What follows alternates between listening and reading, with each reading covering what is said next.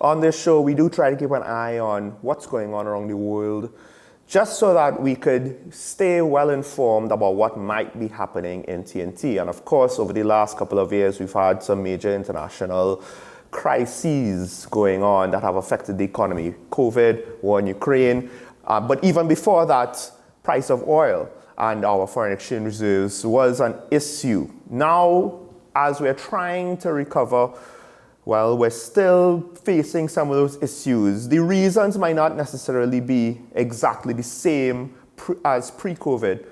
However, there is some good news and some bad news. This is according to the IMF with regards to how things are progressing.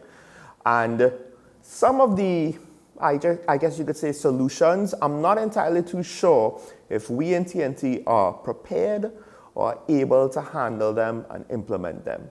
For more on this, we have from their director of the Western Hemisphere from the IMF. They had a press conference last week, Thursday.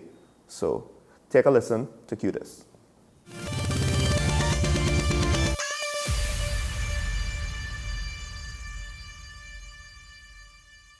So let me start the press conference with the good news. The region, Western Hemisphere, has proven to be very resilient in the face of multiple shocks over the last few years, and growth has repeatedly surprised on the upside. After growing by 7% in 2021, Latin America and the Caribbean grew by a respectable 4% in 2022. Output and employment are now comfortably above pre-pandemic levels. Nonetheless, we expect growth to decelerate to 1.6% this year, although we expect most of the region will avoid a recession. This slowdown is not surprising, given that the region's main trading partners are also slowing. The favorable terms of trade that we saw in the aftermath of COVID have lessened somewhat, and global financial conditions are less friendly than they were a year ago.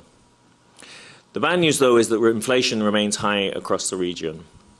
We know this high inflation disproportionately hurts lower-income households, particularly as it has been concentrated in large increases in food prices and because wages have been unable to keep up with these higher prices. After peaking at around 10% in mid-2022 for the average of the region, headline inflation in the largest Latin American economies has now decelerated to around 7% in March. However, progress in bringing down core inflation appears to have stalled. Core inflation in these economies averaged 8.4% at end February, and for most countries, inflation remains well above the central bank's target range. Nevertheless, we have to commend the central banks in the region for their quick and assertive response to inflation, which has been effective in anchoring medium-term inflation expectations and creating an environment for disinflation to eventually take hold. Restoring price stability is paramount to a healthy economy, and particularly to protect the most vulnerable. As such, we attach an important priority to quickly bringing inflation back to central bank's target. This is key also to cement the credibility that the region's central banks have built over the last 2 decades. With most economies operating at or above potential, macroeconomic policies should now aim to bring demand back into line with potential output in order to ease price pressures. Central banks have already done a lot of the heavy lifting that's needed. Given the usual lags between interest rate increases and economic activity, we expect to see the full impact of their efforts during the course of this year. However, we still do not know how persistent inflationary pressures will be. As a result, central banks will need to remain resolute in this battle until inflation is unambiguously heading down and towards target. This means that interest rates in the region will likely need to remain high for much of this year and, in some cases, even well into next year. We also think that fiscal policy should play a bigger role in helping central banks through a more countercyclical stance this year. In 2021 and 2022, the pandemic fiscal stimulus was rightly withdrawn quickly as the economies stabilized. However, this year, fiscal policy is expected to be broadly neutral in most countries at a time when we see unemployment very low, capacities constrained, and wage and price pressures have not yet been resolved. A more contractionary fiscal stance this year and next would help both bring demand back into line with supply, but also lower public debt, which increased abruptly as a result of the pandemic. By tilting the policy mix more towards fiscal, interest rates would then be able to start to decline earlier. And this would also help lessen some of the potential financial stability risks that we've seen emerge in the advanced economies. Calibrating fiscal policy at this current juncture will not be easy. Policymakers need to preserve key social programs and continue spending on health, education and public infrastructure that are the foundations for longer-term growth. Also, the social situation is fragile in many countries in the region, and much is being asked from the providers of public services. However, we do believe there's a path. We see scope to reduce inefficiencies in public spending. We also believe the population is more likely to embrace a more prudent public finance if government services are seen to be provided efficiently. We also think that taxes can be redesigned to both raise revenue and make the tax systems more progressive. The wealthy and the more fortunate should pay more of their fair share to help maintain social cohesion and also to invest into the long-term growth. We do see in the region there is an imbalance between supply and demand, and this is driving both higher wage inflation but also price inflation. So what we feel is there's a need to slow down demand in the region, not to contract demand but to slow down demand, just to give a bit more time for supply to catch up and equilibrate the system. We feel fiscal can help with that. What fiscal measures do we have in mind? Well, certainly we want to protect social assistance payments. We know that's important in the region, but those also will come down naturally just because the economies are doing better and we've reestablished reasonably solid growth in the region. We want to preserve investments in education and health and in public infrastructure. There is a lot of work that can be done in the region in terms of improving the efficiency of expenditure. When we look at the scale of expenditure in the region relative to outcomes, for example, in education or in health, there's quite a disproportionate gap between the region and other countries who are spending less and getting better outturns. So I think there's some improvements that can be made in efficiency. We can see better improvements can be made in public procurement to make the systems more transparent and lower costs for the government. Now, for those of you who pay close attention or were able to pay close attention to everything that was said, some of what the director there for the Western Hemisphere, Nigel Chalk, had to say actually speaks to or applies very directly, especially some of the last things that you just said there, with some of the things that we lament in TNT. Now, in theory, a lot of the social measures that he was talking about that should be come down should have been pandemic relief. However, we in TNT, we do have a fair amount of social grants and programs and schemes that, well, they just apply in general, as well as the fact that a significant amount of the public sector seems like a jobs program. He also mentioned spending efficiency with regards to the fact that in this region, we seem to be spending more for certain things, and he pointed to education as one of them. And we're not necessarily getting the results that we see in other regions. And this is not necessarily surprising because I know that even in America, they have that phenomenon where some jurisdictions are spending less and they're getting more out of things like the education system. Now, looking at their forecast, TNT is projected to have less growth next year than this year. We're not unique to that phenomenon. I think even North America has that going on. We're looking at real growth in GDP 3.2, and then that's going to drop down to 2.3% the following year because of the warnings that in order to get a handle on inflation, because food prices are still very high around the world to some extent, but we're experiencing them for the most part. Some things have come down. I've bought sweet peppers once for about a year, for the first time in a year, not too long ago.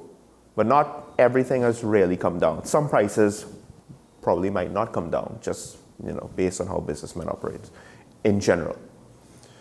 But the measures to try to get this inflation to be fully under control might cause certain policies to have to extend it to next year, and it could stunt growth next year. What does that mean for us? Well, it means that don't expect any short-term improvements, or at least we shouldn't. If we're lucky, we could get them.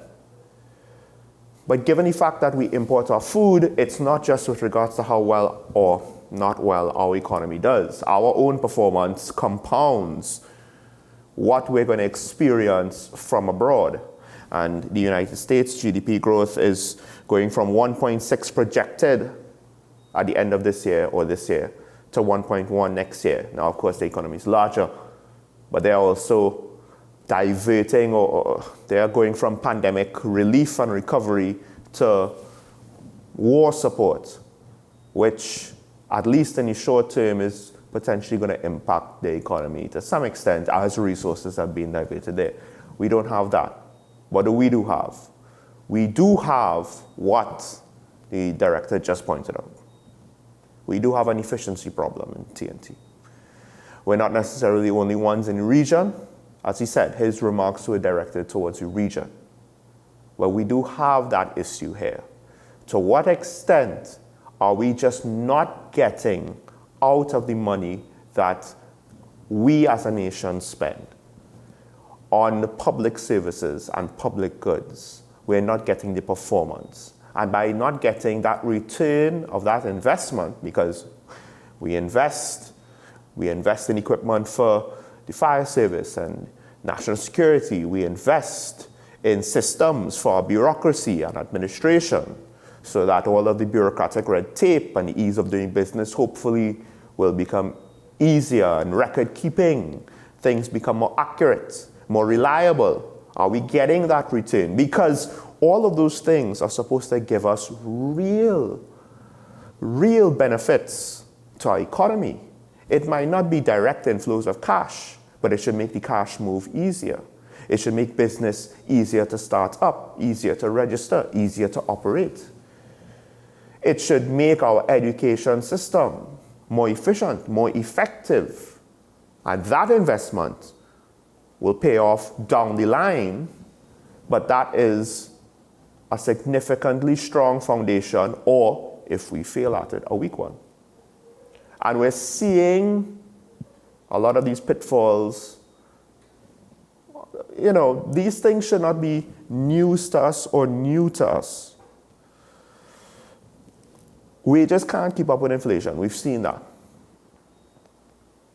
And it's not as though the government could just give out more jobs in whatever public entity, nor can the government give out pandemic relief.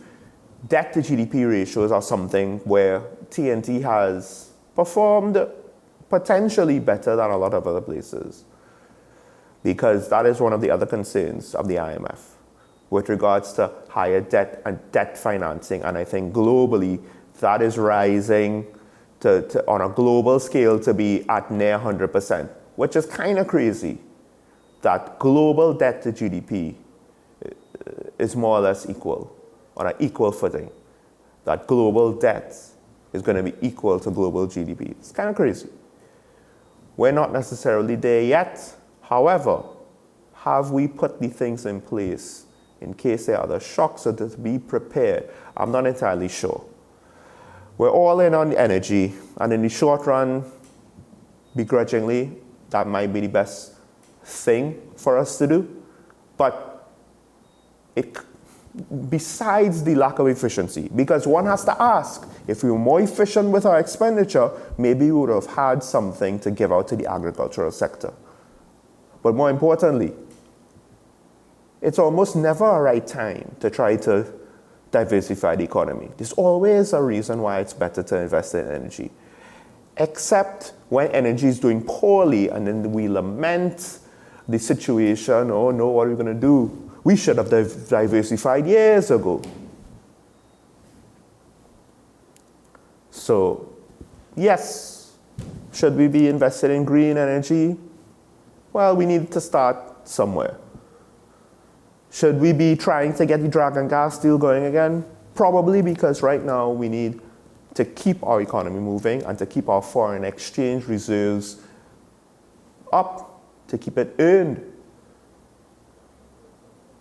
So where do we start on the solutions? Diversification, or do we need to fix our efficiency? I've said before, and I'll say it again, education is an issue, I think, that's underestimated by too many people in the country as how bad it is. If you think crime is bad, I think education might actually be worse. We just don't realize it yet. Healthcare, a whole host of other things, that's a whole different story.